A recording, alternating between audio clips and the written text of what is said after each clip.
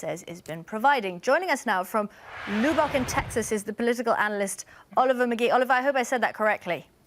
Oh, yes, you did, Kimberly. Thank you for having me today.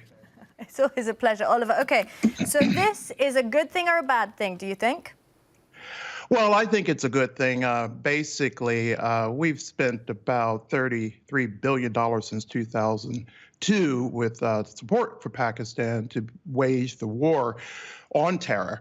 And there is basically, the Pentagon is a little bit disturbed that Pakistan is not being aggressive in Islamabad to really in its tactical war in beating back terrorism in Afghanistan. This has been a 17-year war with America. It's the longest war in American history. And so the Pentagon is wanting a little bit more, where's the beef in the money they're giving. And so this $300 million cut will be really a blow to what they're trying to do in their aging equipment, their aging aircraft.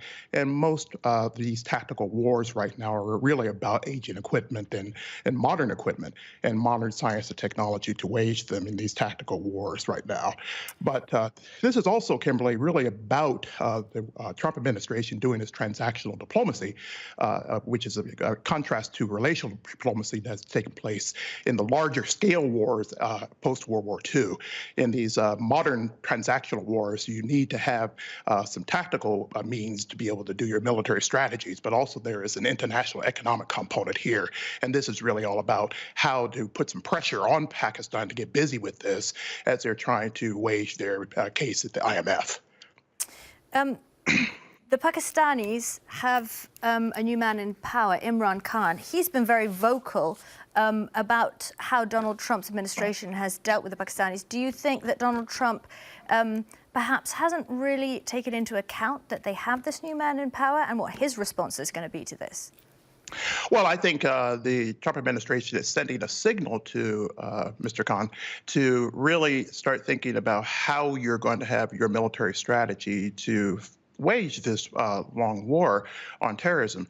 And they are saying in the America First national security strategy, it's going to be tied to the Forex markets, the currency markets, what you're trying to do in the IMS and in the biz. So this is international economics meeting international terrorism threats.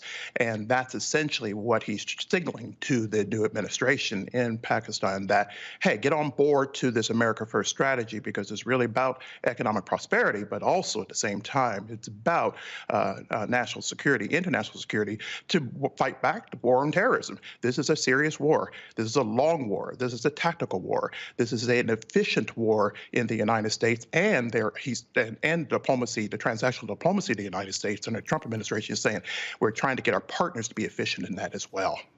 Well, the Pakistanis say that they're not funding these terror groups, they're not helping these terror groups. And so far, the rhetoric from Mr. Khan has been, well, if you don't like what we're doing here in Pakistan, then we don't want your money. Well, that's a tough stance they're taking. It's all about tit for tat. They play tough, we play tough. They play nice, we play nice. So that's really what the two leaders are doing.